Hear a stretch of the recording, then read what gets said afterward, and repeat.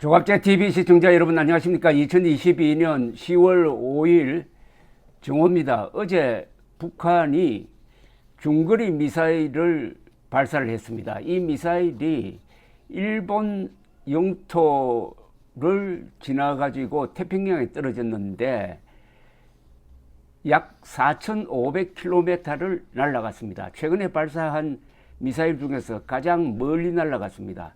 고도 900km를 통과를 했으므로 요격이 불가능합니다. 여기에 만약 핵폭탄이 실려 있었고 그 목표가 태평양이 아니라 괌이었으면 어떻게 되느냐.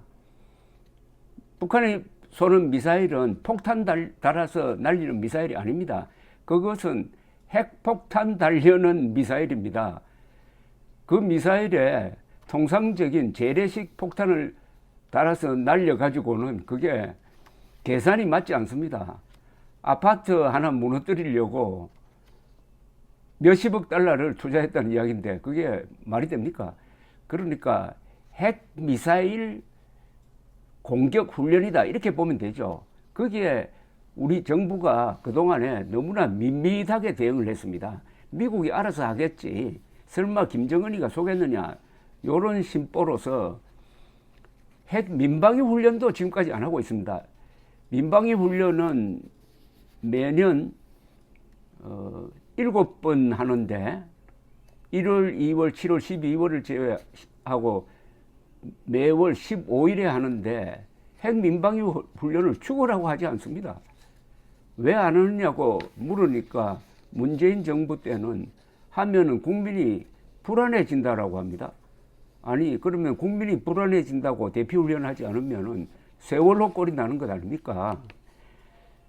어제 한국과 미국은 북한의 핵미사일 발사 시험에 대비해가지고 여기서도 훈련을 했습니다.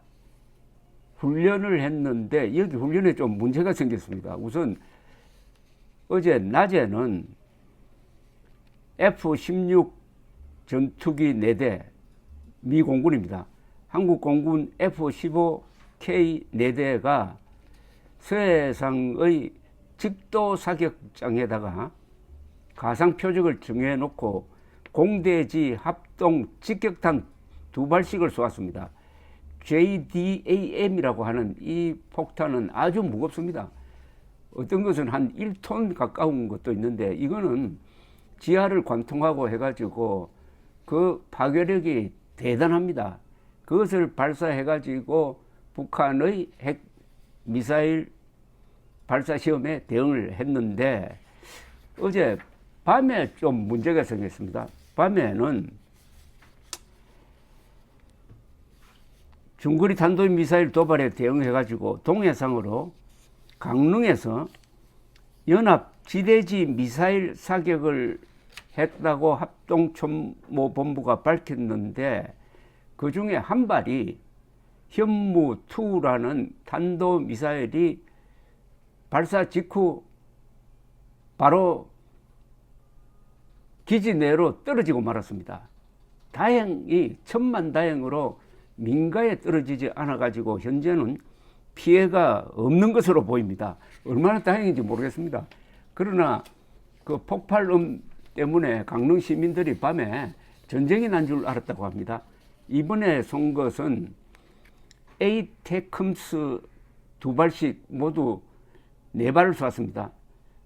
미군이 2발, 한국군이 2발 합쳐서 4발을 동해상으로 쏘았는데 이거는 사정거리가 한 300km 되는 탄도미사일입니다. 그런데 문제는 이게 제대로 뜨지 못하고 그 중에 한 발이 기지에 바로 떨어졌다. 그래서 폭발음이 들리고 화염이 치솟고 하니까 강릉 시민들은 이게 뭔지 몰라서 우왕좌왕하는데 오늘 오전에 합참이 그 상황을 발표를 했습니다. 물론 훈련에는 이런 사고가 있습니다. 이걸 가지고 또 좌파 세력이 윤석열 정부 무능을 질타할지 모르겠는데 그런 거 무서워가지고 훈련 안 하면 되겠습니까? 미국의 유명한 공수부대가 있습니다. 제101 공수사단인데 여기에 부임한 웨스트모레랜드 장군이 낙하훈련을 했습니다. 그게 1950년대에 있었던 일입니다.